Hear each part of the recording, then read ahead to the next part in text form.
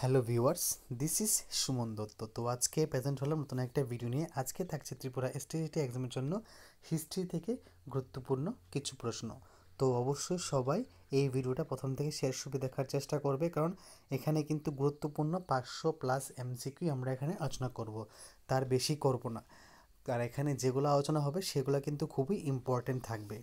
তো অশোকের যে মৌর্য সম্রাট কলিঙ্গ জয় করেন, মানে অশোক যিনি ছিলেন, ঠিক আছে, যিনি অশোক ছিলেন তিনি মৌর্য সম্রাট কলিঙ্গ জয় করেছিলেন।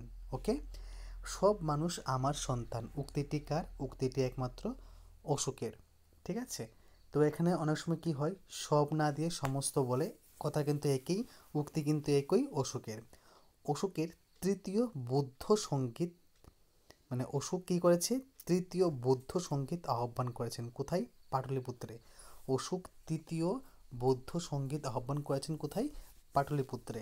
তো আমি একটা জিনিস বলে দিচ্ছি যে এই যে বৌদ্ধ সঙ্গীত, ঠিক আছে, বৌদ্ধ সঙ্গীত বিভিন্ন সময়ে বিভিন্ন হয়েছে, বিভিন্নভাবে হয়েছে। তো অনেকজনই এর মানে কি বলবো ওটাকে, মানে কোন সময় কি হয়েছে তার উপর এটা ডিপেন্ড করে একটা ভিডিও বানানো আছে। ওই ভিডিওটা তোমরা এই ভিডিওর নিচেই পেয়ে যাবে, যে অশোক তৃতীয় বৌদ্ধ সঙ্গীত আহ্বান করেন কোথায়? পাটলিপুত্রে। অশোকের কন্যার নাম কি? সংঘমিত্রা। ধর্ম প্রচারের উদ্দেশ্যে অশোক কাশ্মীর ও গান্ধারে প্রেরণ, মানে অশোক যে তার যে ধর্ম ছিল বৌদ্ধ ধর্ম, সেই ধর্মকে প্রেরণ মানে প্রচার করার জন্য কাকে প্রেরণ করেছে? কাশ্মীর ও গান্ধারে মধ্যান্তিকাকে। কাকে? মধ্যান্তিকাকে। অশোক অশোক মহাজাতির ধর্মগুরু, একথা কে বলেছেন? Vincent Smith. আমাদের প্রত্যেকটা প্রশ্ন কিন্তু ভালো করে মুখস্থ করতে হবে, কারণ এগুলো খুবই গুরুত্বপূর্ণ। অশোক মহাজাতির গুরু, একথা কে বলেছেন? Vincent Smith. অশোক বৌদ্ধ ধর্মের অনুরাগী ছিলেন। মনে রাখবে, প্রথম জীবনে কিন্তু অশোক শিবের উপাসক ছিলেন। ঠিক আছে, কার ছিলেন? শিবের উপাসক ছিলেন। অশোকের ধর্মমতকে বৌদ্ধ ধর্মের সংশোধিত সংস্করণ বা অশোকাবাদ বলা হয়। ঠিক আছে, প্রথম জীবনে অশোক ছিলেন শিবের উপাসক। কে ছিলেন? শিবের উপাসক ছিলেন। অশোক 273 খ্রিস্টাব্দে সিংহাসনে বসেন। অশোকের পুত্রের নাম মহেন্দ্র। কি? মহেন্দ্র। কলিঙ্গ যুদ্ধের পর অশোকের জীবনে গভীর পরিবর্তন আনে, মানে এই যে কলিঙ্গ যুদ্ধ হয়েছিল, সেই কলিঙ্গ যুদ্ধে প্রচুর পরিমাণ মানুষ মারা গিয়েছিল। ওই মানুষ মারা যাওয়ার পর থেকে অশোক তার জীবনে অনেকগুলো চেঞ্জ নিয়ে এসেছিল।